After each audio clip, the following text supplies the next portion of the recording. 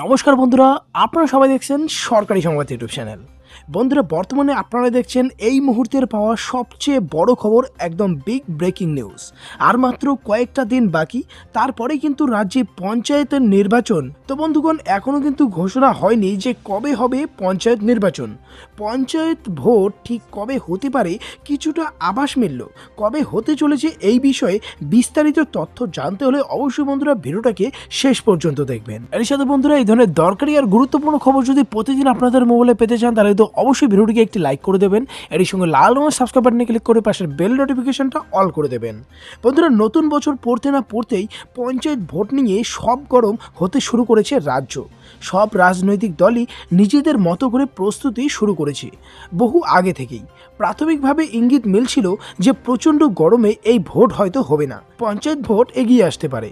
খোদ মুখ্যমন্ত্রী মমতা বন্দ্যোপাধ্যায় চেয়েছিলেন যাতে খুব গরমে ভোটটা না হয়, কারণ ভোটারদের কষ্ট হবে। কিন্তু আপাতত যা পরিস্থিতি, তাতে এই ভোট কবে হবে তা বলা সম্ভব হচ্ছে না। অতএব পুরো বিষয়টা এখনও অনুমানের উপর দাঁড়িয়ে আছে।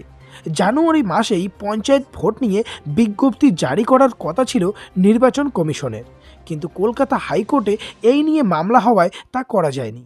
এখন আর পঞ্চায়েত ভোটের মামলার শুনানিও আটকে আছে। তার উপর বর্তমানে রাজ্যে পরীক্ষার আবহ। মাধ্যমিক শেষে এবার শুরু হলো উচ্চ মাধ্যমিক, যা শেষ হবে চলতি মাসের শেষ সপ্তাহে। তাহলে বলাই যায় যে এপ্রিলেও ভোট হবে না। নিয়ম অনুযায়ী বিজ্ঞপ্তি জারির 1 মাস থেকে 35 দিনের মধ্যে ভোট হয়। সেক্ষেত্রে চলতি মাসের শেষে দিনেও প্রকাশ পেলে ভোট করতে এপ্রিল পেরিয়ে যাবে।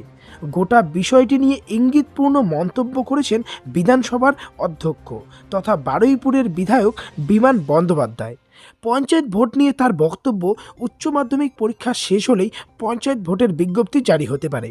দলীয় কর্মসূচি দিদির সুরক্ষা কবচে অংশ নিয়েছিলেন তারা, সেখানেই ভোট নিয়ে মন্তব্য করতে শোনা যায় তাকে। তাই ওয়াকিবহল মহলের মতে মে মাসের আগে পঞ্চায়েত ভোট শুরু হবে না।